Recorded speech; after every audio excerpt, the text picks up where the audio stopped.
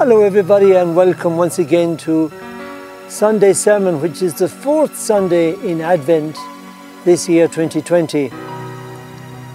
We are today looking at the promises made by God that are fulfilled always. All His promises are fulfilled. And we see in today's Gospel where Mary is fulfilling that promise that God would come among us and that she would be His mother. And we will see how significant this is for us. It shouldn't be that she gets all the praise and glory, and that's not what she wants, but it's not like that. The story has a spiritual value for us all, and I'll try and explain as we go along. The divine promises, we call them. The divine promises are not only done in the past, in the Bible, for all the prophets up along. Then we come to John the Baptist and then Mary.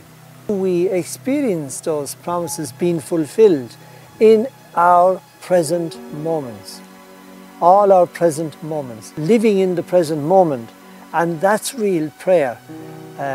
People who pray well, they are conscious of the moment that is. And that is for everyone, everyone's present moment. We find God there. And we find ourselves as well, our real true selves. Usually our minds are like the monkey puzzle tree. A tree full of monkeys chattering and chitting and chattering, and we are away in another world. Even though we are here right now, the big trees alongside me, the Insaka or the Palaver hut is behind me, the clouds are in the sky, it's nearly going to rain. This is the moment I have right now. And you have your special moment. You're listening to me, hopefully, and this is your present moment for this moment. So being conscious and being aware and being fully present to that is where we find God and we find ourselves, our true selves.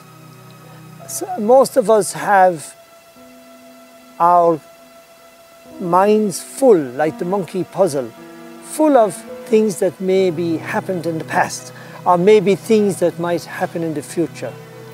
And these are distractions. And then the emotions well up, and then the emotions become us. And a lot of people, and we can see the tendency in us all to be immersed in these emotions.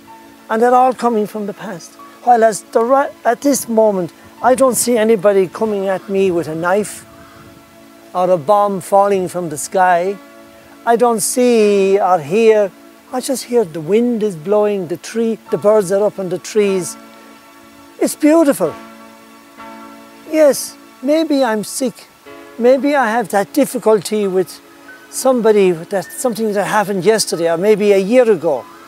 I might have that fear of going to the doctor next week.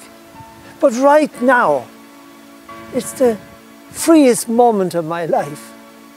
And that's where we should be. That's the healthy way to live. And that's where we find the Lord. I get back to that again. I would like to quote St. Augustine a bit here. A man who converted from a life of non-belief and became a great writer and a saint, of course. And he spoke about the promises that God makes. And he says,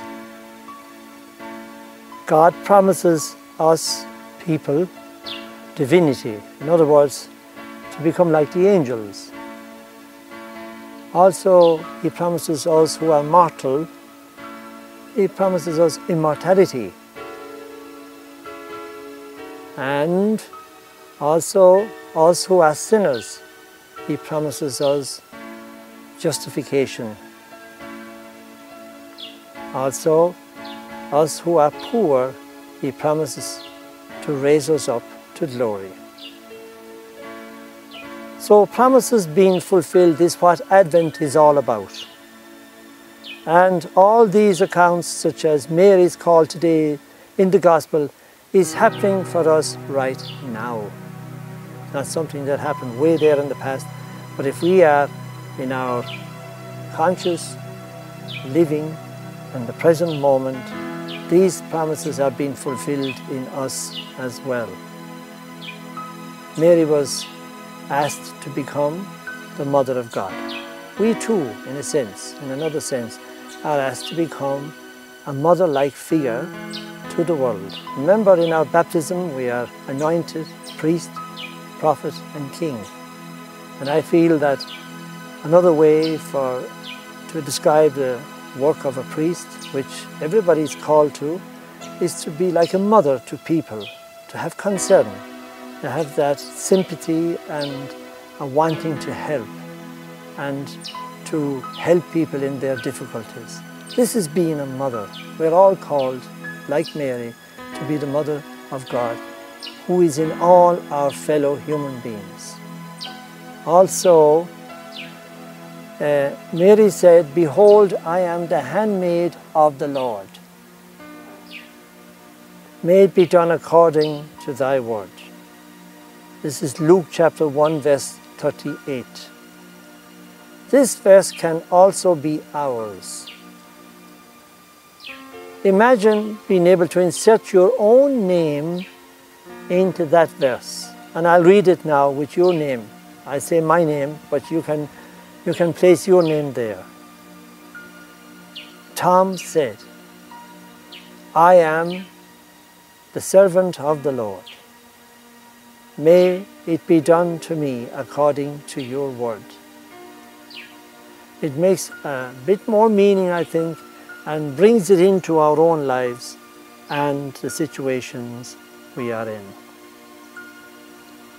I will finish up what I'm saying today in summary of what is being said to us in those readings today, especially the Gospel.